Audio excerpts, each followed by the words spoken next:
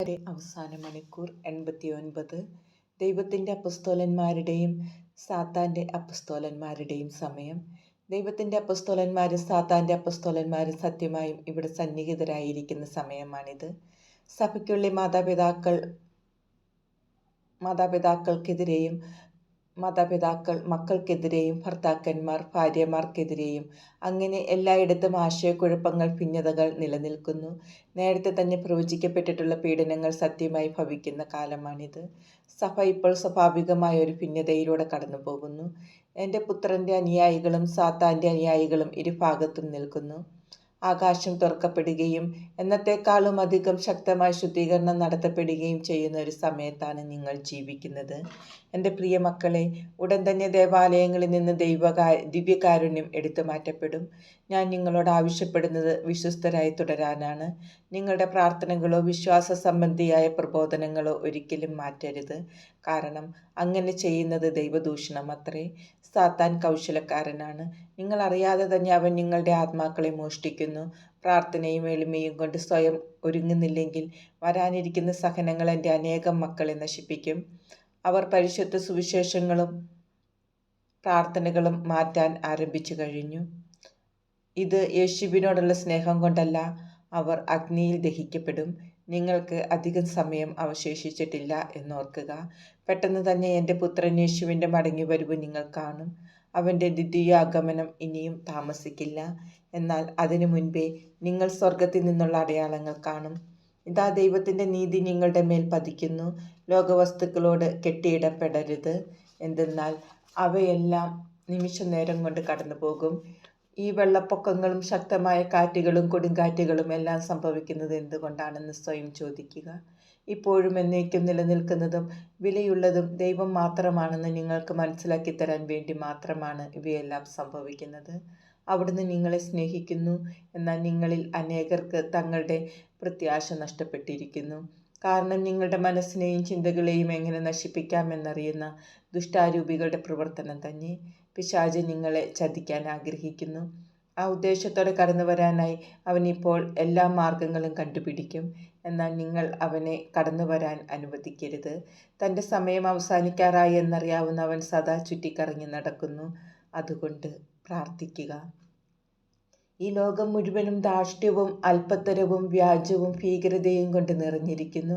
അനേകർ തങ്ങളുടെ അസംഖ്യം പാപങ്ങൾ കൊണ്ട് പിശാചിനെ തങ്ങളിലേക്ക് ആകർഷിക്കുന്നു. അധോലോകത്തിൻ്റെ രാജാവിനെ സ്വയം തിരഞ്ഞെടുത്തവർ അതിഭീകരമായി സഹിക്കേണ്ടി വരും. എന്നാൽ ദൈവത്തിൻ്റെ പക്ഷം തിരഞ്ഞെടുത്തവർക്കാകട്ടെ ഹൃദയത്തിൽ സമാധാനവും ദുഷ്ടന് തങ്ങളെ സ്പർശിക്കാൻ സാധിക്കുകയില്ല എന്ന അറിവും ഉണ്ടാകും. തങ്ങളുടെ സഹോദരർക്കെതിരെയുള്ള നിഷേധാത്മക ചിന്തകൾ മനസ്സിൽ നിറച്ചുകൊണ്ട് സാത്താൻ എൻ്റെ എത്രയോ മക്കളെ അസഹ്യപ്പെടുത്തുന്നു. എൻ്റെ പുത്രൻ യേശു സ്നേഹമാണ്, ദുഃഖമല്ല. അവൻ ആനന്ദമാണ്, സങ്കടമല്ല. അവൻ യോജിപ്പാണ്, ഭിന്നതയല്ല.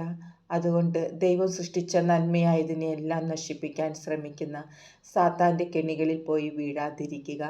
എൻ്റെ മക്കളെ, അഹങ്കരിക്കുകയോ ഔദിത്യം പ്രകടിപ്പിക്കുകയോ ചെയ്യരുത്. മറിച്ച് നിങ്ങളുടെ മനസാക്ഷിയുടെ ആഴങ്ങളെ ശോധന ചെയ്യുക. പാപക്ഷമ യാചിക്കേണ്ടത് എങ്ങനെയെന്ന് പഠിക്കുക. അങ്ങനെ ചെയ്തില്ലെങ്കിൽ നിങ്ങൾ ദൈവരാജ്യം ദർശിക്കുകയില്ല. വീണ്ടും ഇതാ, കൊടുങ്കാറ്റ് വരുന്നത് ഞാൻ കാണുന്നു. എന്നിട്ടും നിങ്ങളെല്ലാവരും നിഷ്ഫലമായ കാര്യങ്ങൾ തന്നെ ചെയ്യുന്നത് തുടർന്നു കൊണ്ടിരിക്കുന്നു. എല്ലാം പെട്ടെന്ന്, വളരെ പെട്ടെന്ന് തന്നെ തകർന്നു വീഴുമെന്ന് ഓർക്കുക. പെട്ടെന്ന് തന്നെ നിങ്ങൾക്ക് നിങ്ങളുടെ അഭയസങ്കേതങ്ങൾ ഒരുക്കേണ്ടി വരുമെന്നും അറിഞ്ഞിരിക്കുക. ഇതാ, എല്ലാം വരാനിരിക്കുന്നു. നിങ്ങൾ അനേകം മോശം കാര്യങ്ങൾ കാണും. വിശ്വാസത്തിന് മാത്രമേ നിങ്ങളെ രക്ഷിക്കാൻ കഴിയുകയുള്ളൂ.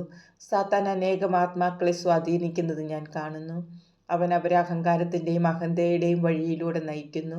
അപ്രകാരം തങ്ങൾ സർവശക്തരാണെന്ന് അവരെക്കൊണ്ട് ചിന്തിപ്പിക്കാൻ അവന് കഴിയും. അവരുടെ ആ യാത്ര നിത്യനാശത്തിൻ്റെ വഴിയിലൂടെയാണ്. ഇപ്പോൾ മുതൽ പിശാചിൻ്റെ അരൂപി കൂടുതൽ ശക്തമാണ്. എൻ്റെ വാക്കുകൾ വിശ്വസിക്കുക. ആ അരൂപി അനേകം മനസ്സുകളിലേക്ക് കടന്നു കയറും. അപ്പോൾ നിങ്ങൾ ഏറ്റെടുക്കാൻ നിർബന്ധിതരാകുന്ന പരിത്യാഗത്തിനായി ഇപ്പോഴേ ഒരുങ്ങുക. നിങ്ങൾ നോഹയെപ്പോലെ ആയിരിക്കണം. പേടകം പണിതപ്പോൾ എല്ലാവരും അവനെ ഭോഷൻ എന്ന് വിളിച്ചു. എന്നാൽ അവന് വിശ്വാസമുണ്ടായിരുന്നു. ആ വിശ്വാസത്താൽ അവൻ തൻ്റെ കുടുംബത്തെയും സകല ജീവജാലങ്ങളെയും രക്ഷിച്ചു. അതേ കാര്യം തന്നെ ഇപ്പോഴും സംഭവിക്കുന്നു. ഇപ്പോൾ മനുഷ്യരുടെ ഇടയിൽ ദൈവത്തെക്കുറിച്ചുള്ള ചിന്ത തന്നെ ഇല്ലാതായിരിക്കുന്നതായി ഞാൻ കാണുന്നു. നിങ്ങളുടെ പ്രവൃത്തികളും പെരുമാറ്റവും അവിടുത്തെ ക്രോധത്തിന് കാരണമാകുന്നു. അതുകൊണ്ട് നിങ്ങൾക്ക് അറിവില്ലായിരുന്നു എന്ന് പറയരുത്. ഇത് തിരഞ്ഞെടുക്കപ്പെടാനുള്ള സമയമാണ്. നിങ്ങളുടെ തിരഞ്ഞെടുപ്പ് ജീവനു വേണ്ടി അല്ലെങ്കിൽ മരണത്തിനു വേണ്ടിയായിരിക്കും, പ്രകാശത്തിനു വേണ്ടി അല്ലെങ്കിൽ അന്ധകാരത്തിനു വേണ്ടി. അതുകൊണ്ട് വഴിതെറ്റിപ്പോകാതിരിക്കുക. നന്മയും തിന്മയും തമ്മിലുള്ള യുദ്ധം ഇപ്പോഴേ നടന്നുകൊണ്ടിരിക്കുന്നതിനാൽ പ്രാർത്ഥിക്കുക. ലോകത്തിൽ ദൈവം ഇല്ലാതാകുന്നതാണ് എൻ്റെ മക്കൾ കാണുന്നത്. എല്ലായിടത്തും ദൈവം ഇല്ലാതായിരിക്കുന്നു. ജനങ്ങൾ, രാഷ്ട്രീയം, മാധ്യമങ്ങൾ, ഇൻ്റർനെറ്റ് എല്ലാം അറിയാതെ തന്നെ പിശാചിൻ്റെ പ്രബോധനം സ്വീകരിച്ചിരിക്കുന്നു. അതുവഴി വിനാശത്തിൻ്റെ പ്രവൃത്തി പൂർത്തീകരിക്കപ്പെടുകയും ചെയ്തിരിക്കുന്നു. നിങ്ങൾ സഭയോട് ചെയ്യുന്നവയ്ക്കായി അനുതപിക്കുകയും പാപക്ഷമ യാചിക്കുകയും ചെയ്യുക. അനേകം നുണകൾ കൊണ്ട് വിശ്വാസികളെ നിറയ്ക്കുന്നതിൻ്റെ പേരിൽ മാപ്പ് ചോദിക്കുക. നിങ്ങളെ തന്നെ രക്ഷിക്കുക. എന്തെന്നാൽ ദൈവത്തിൻ്റെ ക്രോധം ഇപ്പോൾ തന്നെ നിങ്ങളുടെ മേലുണ്ട്.